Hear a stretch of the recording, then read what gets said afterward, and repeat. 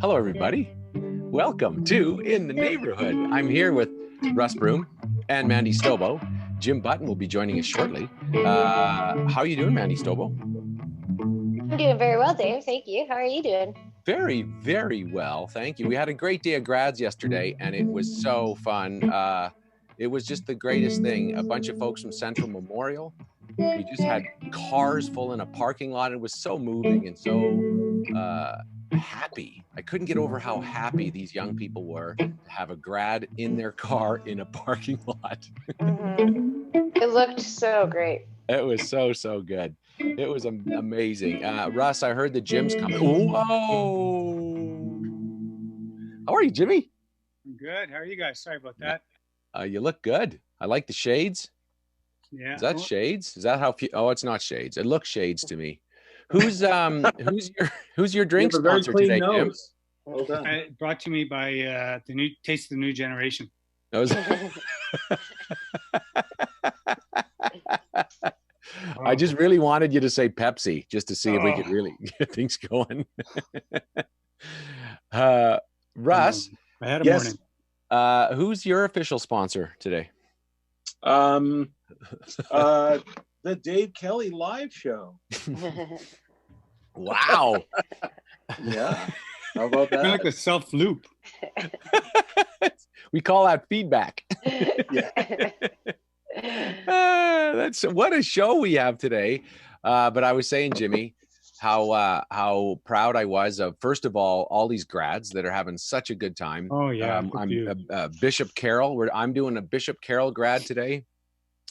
And these kids are, you know how the rest of us can sometimes be, well, you know, the world and this is hard and this crisis, and they're nothing but bright future. They're like, they're happy to be there. They're so excited, standing on the side of the stage. And this one girl goes, I'm just so nervous. And I'm like, you're going up and you're going to stand on the next and they're going to take your picture. And they're like, yeah, I know. But it's being immortalized, and my family is here, and it's finally over, and all the things that come with graduation, right? Yeah. Parents, like, they're so proud. They're so proud. Oh, it's amazing. It's amazing how good it is. So if anyone's looking for a jolt of positive, forward thinking energy, grads are the way to go. Got it. I'll go look now. By forward thinking, I could tell some of them are. Yeah, I guess we're not needed anymore. Hey, we have a very special guest today I'd like to bring on. This guest has an event coming up on Saturday that is for kids who are 12 and under. And it's online, but there's going to be all kinds of folks there, but he's kind of a big deal. So let's see if we can get him on. And I don't know if you'll recognize him at all, but I'm really hoping we do, because this is an impressive person, a great spokesperson for the city, and a real, it's a real gift to all of us. He's a great, I say he.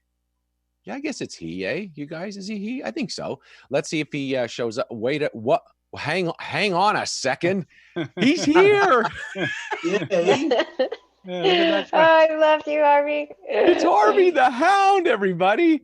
Harvey, how are you? You sound great. Or actually, is your audio awesome, on? I can't hear anything. Can you turn up your mic? There. Yeah, you might have to go without a mic. I don't know what it is. It must be a technical thing. I don't understand it. Gosh, well, let's carry on anyway. So Harvey, let me see if I have this right. You have a big event Saturday at 10 o'clock in the morning. True, false? That's true. Yeah, that's a long tongue that man has, hasn't he? And let me see. So this is for It's cleaning the screen. Good for cleaning the screen. That's great. So there's going to be YYC princesses, crafts, dancing, music, magic, and some friends and heroes from the Calgary Stampede, the zoo, and the Calgary Flames are going to be there, including Harvey the Hound. Wow, you're going to be there. Now, do you do dancing? Are you a dancer? I don't know. I've seen his moves, Dave. I think he's a bit of a dancer. Now, There you go. whoa, look at that. He's got them all. Harvey, I have a question for you. Before we get to this, NMAX is donating $1 to the charities of choice of each of our Kids Max performers, and up to $10,000. So it's a fun time for young people and a fundraiser, which is good. Mandy Stobo found a picture of you, Harvey, where you are sitting on the glass. Yeah. Doesn't that hurt? Does that hurt? No. Is it because you've just built up calluses? Is that what it is?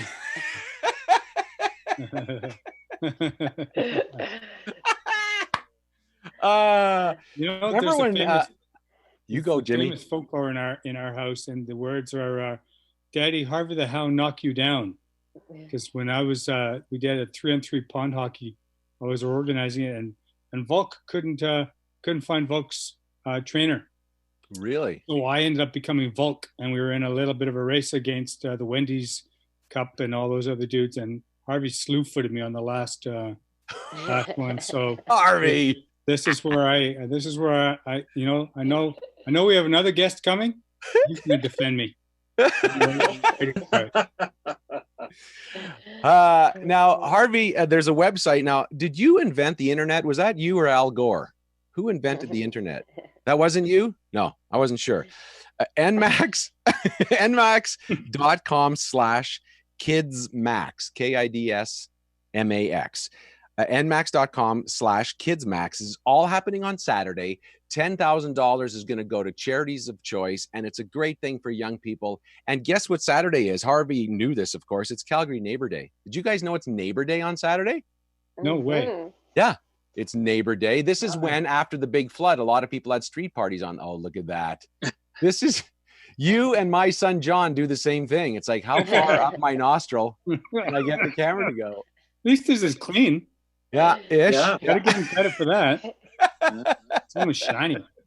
Hey, well, look, Harvey, I know you got a bunch of stretching you got to do and workouts to get ready for this thing on Saturday. So we want to let you go, but I just want to say thank you so much. And you're so eloquent. You say it so well. You got Iggy and Lanny McDonald as your support over your shoulders. Look at those two. And we really appreciate what you do. Let's give them a big goodbye. Thanks, Harvey. You take care now. Love you, Harvey. Sorry, your thing was muted. I wonder if Harvey even knows. I wonder if Harvey can turn it off. I don't even know. He's got pretty big mitts. I think he's just going to eat it. That's how he turns it off. He eats the phone. There he goes. I have a feeling somebody is going to there. Harvey. Glenn Street and Street Characters does that costume. Did you know that? Our buddy Glenn. Yeah. Most of the mascots around the world are because of Glenn and his team right here in Calgary. One of the great. Right? What a small town hero. Yeah. Business. That's super cool. Yeah. And great beer holders he makes in some of his mascot costumes as Jim Button. Oh, yes. That was an epic moment, wasn't it, Dave? It was so good.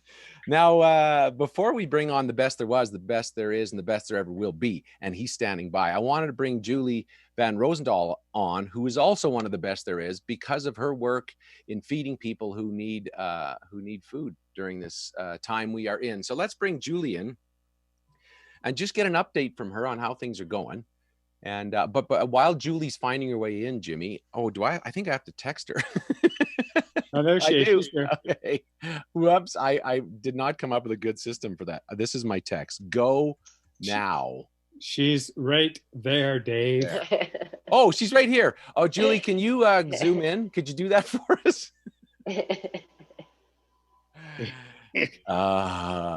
Julie Van Rosendaal. I think you're muted, Julie. So Remember all that of part your where Dave said all the future was in the young there. kids? yeah.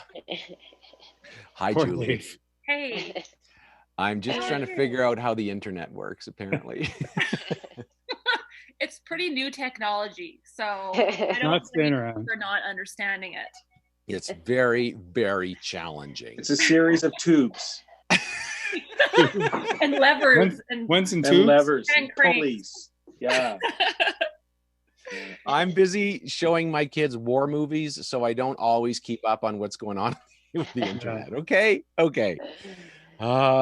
That's so funny. segueing to me from Glenn and street costumes? So Yeah. you have a connection with Glenn Street and his street characters. What is your connection? I do. So years ago, one of my first jobs after Marvelous Muffins in Scotia Centre, I was a mascot. So I know a lot of people know that I was one of the Heidi and Howdies, like leading up to the Olympics. Oh, I didn't know that. Dave? Maybe I did know that. Yeah, Okay. maybe. Yes. Yeah, so much information, right? You don't need to Right, read it anymore. But I also worked when I was a teenager. I was Alfie the Alpha Bear. I was the ATP elephant. I think there was an elephant in there somewhere. And then I did a series for, what was the telephone company back then? AGT. AGT? And so we went to schools, and we went to Edmonton, I remember. And I believe this was with Glenn, with street characters. Yeah. Some of them were with street characters. And we taught kids telephone manners, like telephone etiquette Funny. with mascots, which was awkward because you can't talk. Anyway, so I did all these mascots. Yeah, it's super fun because, you know, when you're a shy teenager, and I was super just awkward and I didn't want anyone to look at me, being in a costume, you could just like do anything. I can tell you. I was Max the hockey midget or midget hockey guy once. The Max the convenience store. You remember that? Really? So I had to dress up as the cat one New Year's Day when I was extremely hungover after a gig, and I was too tall for the suit. So there was about 4 or 5 inches of pants showing. This kid saw me in the Saddle Dome and said, "Daddy, look, he's not real," and he started crying. And I was like, "I got nothing for you, pal." You should have just punched him. Got ready. I was trying to find a coffee. So. Oh, that's so funny. I couldn't go in the Heidi costumes because you had to be under 5'6" and have a leg. So I was only in the Howdy costumes. But yeah, they got hot. And I remember one time I was at a basketball tournament, and I was fooling around on the court, and I picked up the ball and threw it over my head, and it went in the basket. Of course, total fluke, because I couldn't, and the whole place erupted, and I was like, "What happened?" your mouth hole, right? Yeah. Oh. So Tell us, and that's why we wanted you on today, was just to talk about mascots, but also give us an update on the how things are going in the world of food and feeding people in our city. You know, there's so many people involved in different initiatives to get food out to people. And so I'm not at Devour Catering today because I know the internet can be spotty when I'm moving around the city. But so Devour Catering, Javal and Jasmine and their amazing team, up off of Blackfoot Trail beside Pretty Sweet Bakery, which is an amazing bakery. Just got to plug as many people as I can. And they have such an amazing operation, brand new kitchen she just built last year, walk-in fridge, all this, you know, they're just so organized there. And so we've pulled together enough funding to get them going. And so Javal is able to, you know, cover some of her bills and bring some of her staff back, and which is so important to keep these small businesses afloat and helping them feed people. You know, that's what they do. Right. And so they're just doing an amazing job. You know, we've been sort of helping with the transition, but Mike and I show up and it's like, oh no, everything's packed, everything's labeled, everything's ready to go, and that's awesome. waltz in with our coffee. But yeah, and then all the volunteers, at all the different lunch distribution points are doing a fantastic job. Southland Transportation came on board. No the pun buses. intended. Pun totally intended. Yes. Last Wednesday, and so they put a call out to their drivers to see if anyone wanted to volunteer to take the buses out to just act as a beacon to alert kids to the presence of food, and all of them volunteered. All of the drivers, 90 drivers, were like, pick me. So Southland is covering all the gas costs, any other costs. They're sending the drivers out who are volunteering their time, rotating around the city. So that's amazing. Yay! And I know you have Bret. Wow. No, that's so good. And incredible. And again, thanks to Southland for stepping up and doing it. It's so great. Drivers. Yeah, all the drivers. It's amazing. Bonac is doing 200 lunches a day now. Wow. Oh, yeah. Good. Julie, you're so good. So great. Yay. No, teachers, it's Megan and Tanya and a whole crew of volunteers. Jamie Harling, who was the chef at Dean House and Rouge, and now he's a firefighter, and Bret Hart are two of the volunteers out in Bowness. Like, there's so many great people. It's just yeah. Well, let's bring the man. Ernest Manning High School graduate, by the way. That's where he was a great Olympic style wrestler, and then went on to a whole career, becoming one of the most famous and best there was, best there is, best there ever will be. That's Bret Hart. Let's bring him on. Hey, the legend is with us. Hey, Bret Hart, how are you? There he is. I'm doing very good. Bret, I was looking at, I was reading up on you because you're an interesting guy to read up on. And it said, one of the things you're most proud of is in all your decades of fighting, you never hurt an opponent, not one. Is that true or false? That's true. I never injured anybody in any kind of serious way. And is that because, what do you attribute that to? Being the excellence of execution. It's like very realistic play fighting. It's kind of hard to explain. It's like taking your fist and swinging at somebody's head and hitting him, but not actually hitting him. It's crazy. I've been wrestled by Bret Hart. I've been put face down on my car by Bret Hart, and and you could say, Bret, it didn't hurt me, but I'll be honest with you, it actually kind of hurt a little bit. Mostly your feelings, though, Dave? I just said I never hurt any wrestlers. That's all. It sounds like your pride was hurt, Dave. Yes, you can fix that. that. It is. Dave's pride's a big part of his external features. When you looked at me, Bret, were you intimidated at all? I knew I had to be careful that there wasn't going to be sort of some sneak attack. You hear that, you guys? He was a little nervous. Bret, how are you handling the lockdown in your own life? How's that going for you and the family? It's actually, I've actually kind of enjoyed it. As much as like being quarantined and sort of stuck in the same house all the time. Just seems like I'm always on the run. I'm always packing my suitcase to go somewhere. And so it's being forced to stay home has actually been a real joy. I've actually enjoyed all of it. It's kind of nice to not be rushing around. It's been expensive. I've probably lost some money and stuff like that, but on the overall, it's been I've caught up on a lot of reading. I've watched all kinds of TV that I never thought I'd get around to watching. It hasn't been so hard for me. And I also know you've been helping out with folks getting their food. Julie was talking about people in Bowness that need food in different neighborhoods. So for you, doing charitable work or doing philanthropic work, that's something you did when you were starting. So what was it? Was that from your dad, or where'd you get that from? I think from my dad. It was just always, it's just a good way to give back, for the good things that come my way. I have a lot of people to thank for that. And, the best way to sort of return the favor is to reach out and help people that, just anywhere you can. Use your your name for good things. I know that Jimmy, you've been involved in some stuff with Bret Hart. Yeah, we do. Actually, Bret's going to help us out again this year. We do an annual for a cause that's near and dear to both of us. Uh-oh. The Prime Minister's calling me again. I'll let him know. But the Prostate Cancer Center here in Calgary, we do a beer every year, and it is it's a beer that's made from bull's balls, and we do it usually just before Stampede. It's called the Village Nut Raiser, and we raise $10,000 a year. We've raised upwards of $70,000, I believe, Bret. And Bret's always been kind enough to make us a special recipe.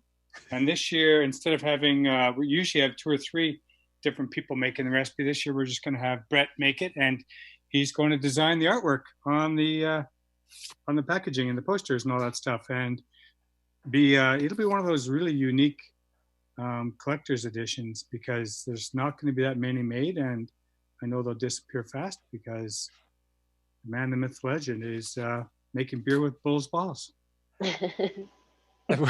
I mean, there's so many questions I could go to with that, Bret. I don't know. Yeah, it's best to just leave things like that alone. Dangling. It's like a dangling participle. Yes, it's exactly what it is.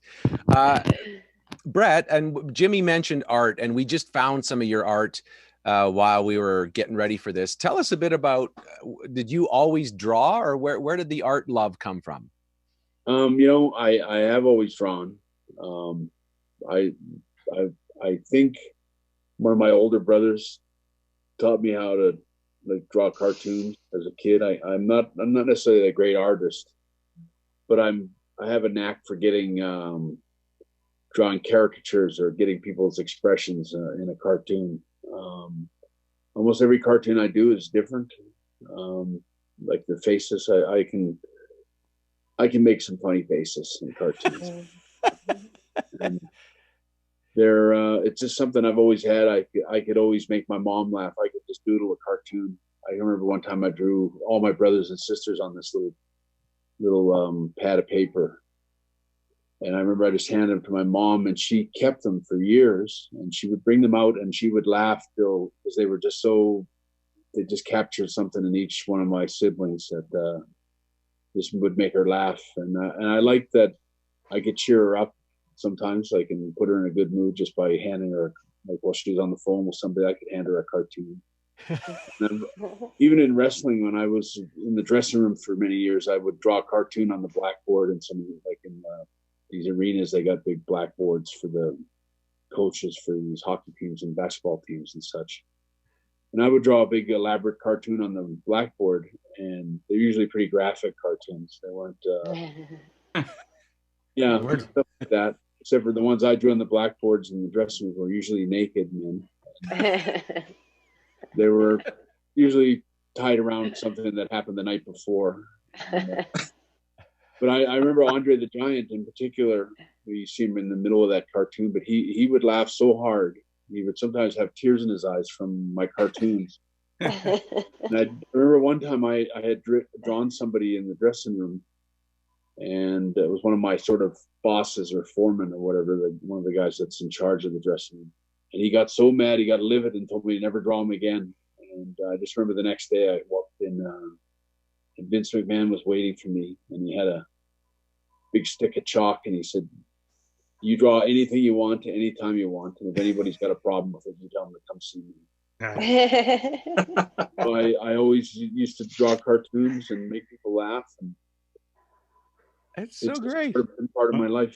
Bret, I love the story that you told when you were making that piece of art, and you told me you had bad hand surgery gone awry, and what you enjoyed about that piece of art there, I believe it was that piece of art, was it helped you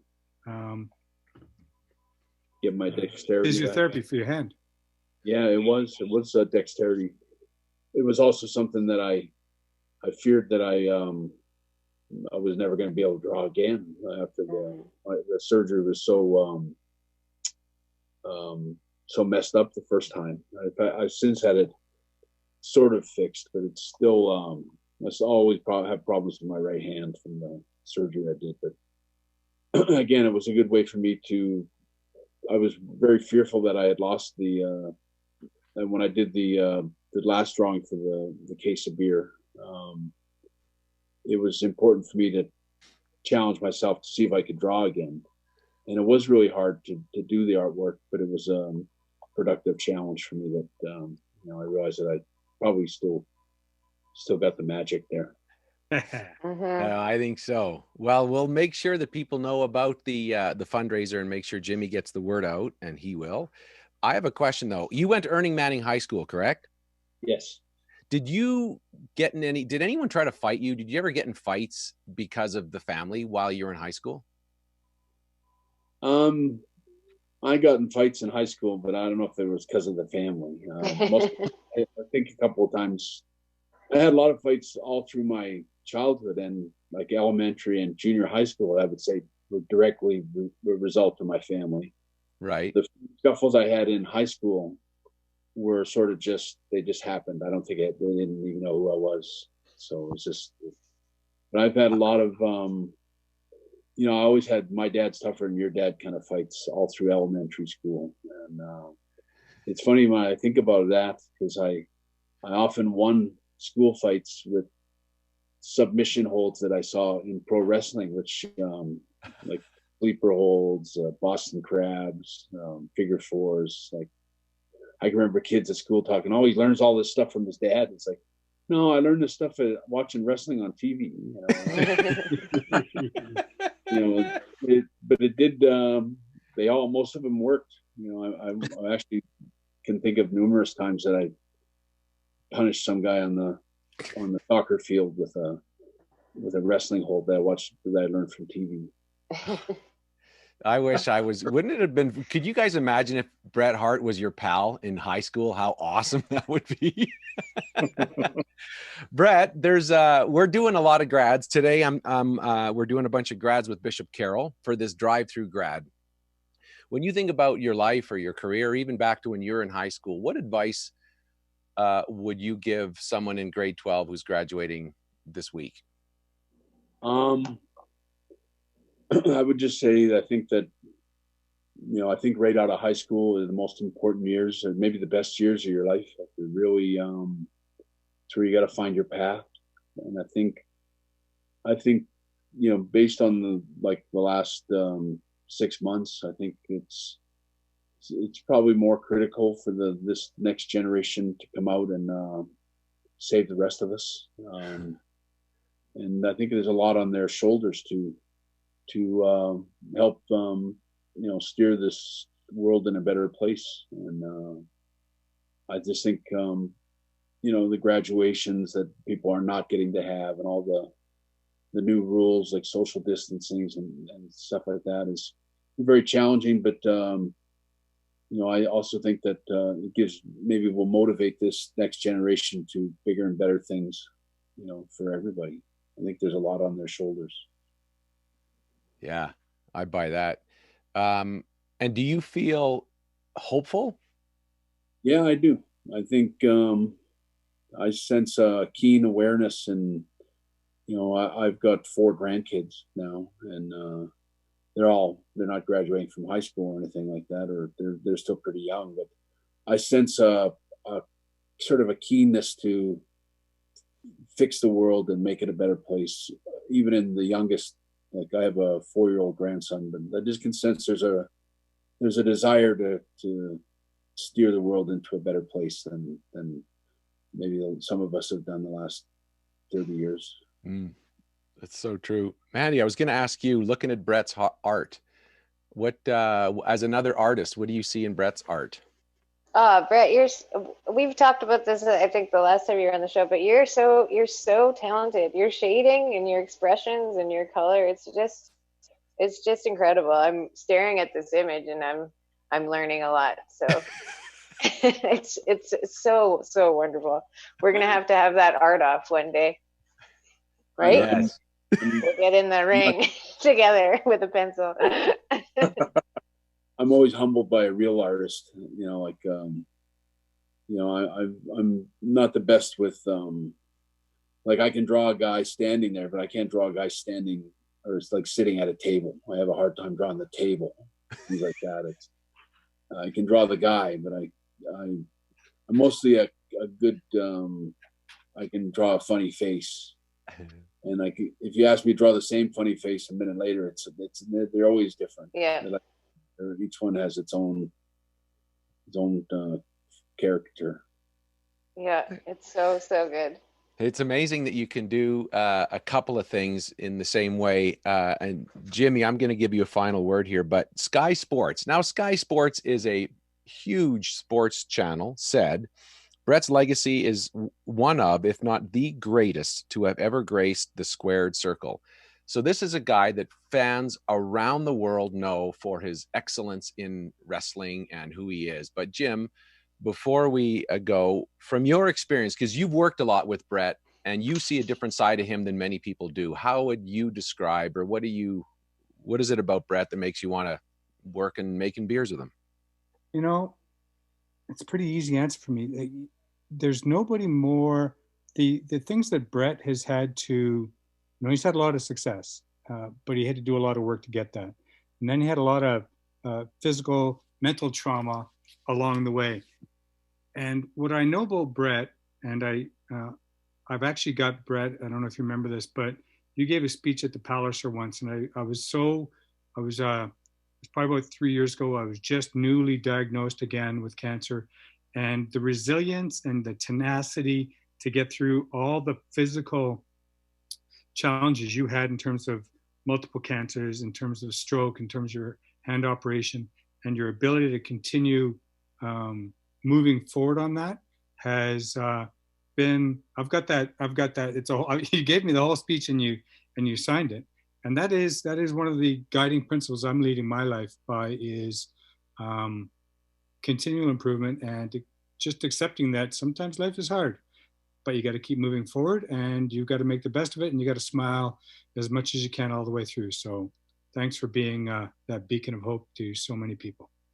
Thank you very much. I like to try my best to try to emulate my dad, who was a very solid guy and tough, about as tough as they can come. And I always think that I'm a good mix of both my mom and my dad. My dad was a pretty solid guy, whereas my mom had a softer side and a sense of humor. And I think it's important for me to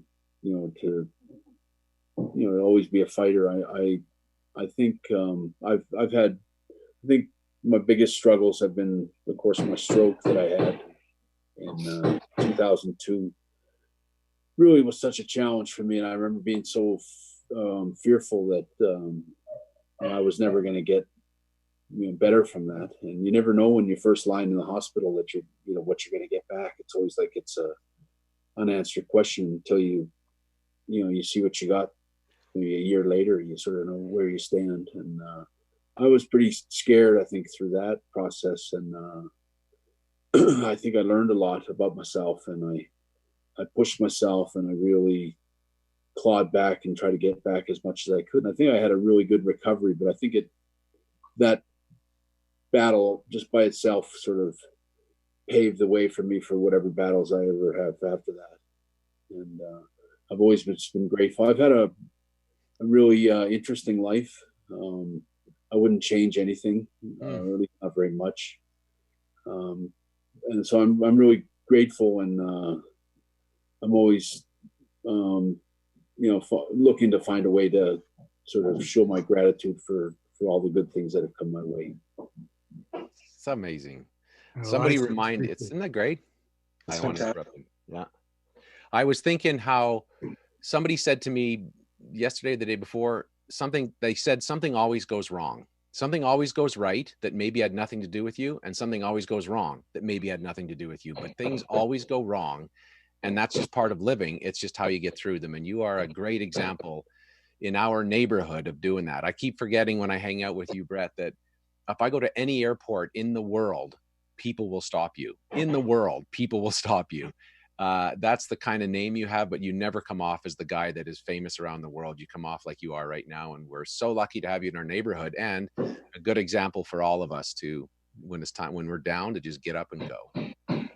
Well, I find that even like just being from Calgary, you know, if I go to the Safeway or I'm in the supermarket or anywhere, it's like people come up to me and talk to me like they know me all their life, and I actually like that. It's like I feel like I'm very easy to approach, and you come up and talk to me about just about anything, you know, in the lineup at the pharmacy or whatever. It's like I feel like I'm everybody's friend, and I actually never get tired of that. I think my dad was the same way, where it's like you can just, you know, I have a tendency like my dad to talk too long, so cut me off anytime. But I just like that. You know, if you feel like you're a friend of mine, then, you know, step up and come right up. I'm not autographs are not that hard. You know, it's people make a big deal about signing an autograph or taking a picture, and I've learned that I welcome it. You know, it's like there's never enough pictures of people. You know, That's not that hard. Yep.